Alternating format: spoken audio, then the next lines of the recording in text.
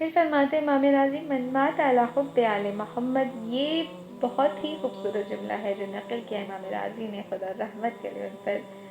17 جملے رسول خدا صلی اللہ علیہ وآلہ وسلم کے نقل کیے۔ اب یہاں پر دامن وقت میں گنجائش بالکل بھی نہیں ہے، فقط حب اہل بیت میں آخری جملہ آپ کی سماعتوں کی نظر کریں۔ فرماتے من مات علی حب آل محمد یزف الی الجنہ کما تزف العروس الی بیت زوجہا، کہ جو کوئی بھی اہل بیت کی محبت میں مرا اس کو ایسی عزت کے ساتھ جنت میں لے جایا جائے گا جیسے دلہن کو اس کا شوہر اپنے گھر لے جاتا ہے۔ تو یہ کون فرما رہا ہے، کس کے جملے ہیں کہ جو اسلام کو لے کر ظہور پذیر ہوئے، جو شریعت کے ذمہ دار ہیں، اس کی تشریح، اس کی تبعین، توضیح، وضاحت کرنے والے ہیں، اسلام کو دنیا میں متعارف کروانے والے ہیں، جو رابطہ ہیں ہمارے اور خدا کے درمیان۔ ہم نہیں جانتے تھے کہ کوئی ایسی ذات ہے جو وحدہ لا شریک ہے، یہ ہمیں کس نے بتایا؟ ہماری ملاقات تو خدا سے نہیں ہوئی، یہ ہمیں صادق مصدق نے بتایا، اور وہی صادق مصدق فرما رہے ہیں کہ جو حب اہل بیت میں مرتا ہے وہ شہید مرتا ہے۔ کیوں شہید مرتا ہے؟ کیونکہ حب اہل بیت وہی صراط خدا ہے، وہی سبیل خدا ہے۔ اور یاد رکھیے گا عزیزان کہ حب اہل بیت پر جب انسان آتا ہے تو دنیا کی محبت کو دل سے نکال کر آتا ہے۔ یوں نہیں ہوتا کہ حب اہل بیت بھی ہو اور حب دنیا بھی ہو، یہ دونوں محبتیں اکٹھا نہیں ہو سکتی ایک ساتھ۔ اہل بیت کون ہے؟ وہ رسی ہیں خدا کی، قرآن اور اہل بیت یہ رسی ہیں، کوئی جدا نہیں کر سکتا۔ وہ صراط مستقیم ہے کہ جو محمد و آل محمد کے راستے پر آ جائے۔ کون سا راستہ؟ صراط الذین انعمت علیہم۔ اللہ اکبر، اگر قتل ہوتا ہے انسان تو بھی شہید ہے، اور اگر طبعی موت بنتا ہے تو بھی شہید ہے۔ اس کے لیے مرنا بہت آسان ہو جاتا ہے، کیونکہ یہ عاشقی موت ہوتا ہے، یہ تمنائی موت ہوتا ہے، آرزو کرتا ہے مرنے کی۔ اس سے جب پوچھو موت کیسی لگتی ہے، یہ کہتا ہے شہد سے زیادہ شیریں۔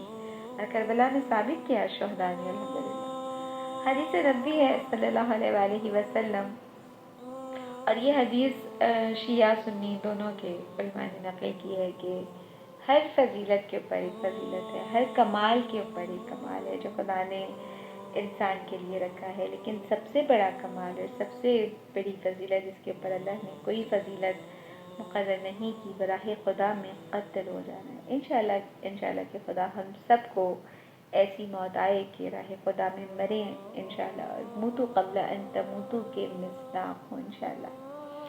اور موت سے پہلے مرنا، یہ کیا ہے؟ موت سے پہلے مرنا یعنی اللہ تبارک و تعالیٰ کی رضا پر راضی ہو کر اس کی بندگی کرنا، مصائب و آلام پر صبر کی بجائے شکر ادا کرنا، گناہوں پر قدرت رکھنے کے باوجود اللہ کے خوف سے گناہ کو انجام نہ دینا، اللہ کے ہر فیصلے کو عین حق جان کر خوش دلی سے تسلیم کر لینا، ہر دن کو یوم حساب سمجھ کر ہر دم حق تعالیٰ کے محاسبے کے لیے تیار رہنا، متی ہونے کے باوجود اپنے اعمال کی قبولیت سے خوف زدہ رہنا، نفس کی ناجائز اور حرام خواہشات کی نفی کرنا، یعنی جس طرح ایک مردہ شخص اپنا کوئی اختیار نہیں رکھتا اور وہ نہلانے، کفنانے اور دفنانے والوں کے رحم و کرم پر ہوتا ہے، بالکل اسی طرح گناہوں پر قدرت رکھنے کے باوجود، اسباب گناہ سارے میسر ہونے کے باوجود حق سبحانہ و تعالیٰ کے خوف سے، اس کی محبت میں اس کی معصیت چھوڑ دینا، یعنی اپنے ارادے اور اختیار کو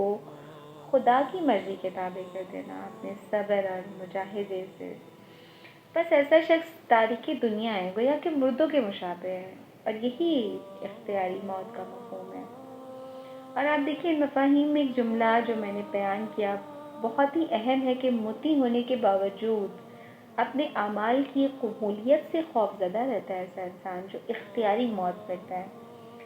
تو دعائے ابو حمزہ صومالی میں چوتھے امام کی بالکل یہی کیفیت ہے جو ہمیں نظر آتی ہے۔ بکا فرما رہے امام کے پروردگار رحم فرما اس دنیا میں میری بے کسی پر، موت کے وقت میری تکلیف پر، اور قبر میں میری تنہائی پر۔ پھر امام ایک اور جگہ دعا میں فرماتے ہیں کہ پروردگار پہلو قبر میں میری خوف زدگی پر رحم فرما، جب میں حساب کے لیے اٹھایا جاؤں گا، اس وقت رحم فرما جب میرے دوست بستر پر میرے پہلو بدلاتے ہوں گے۔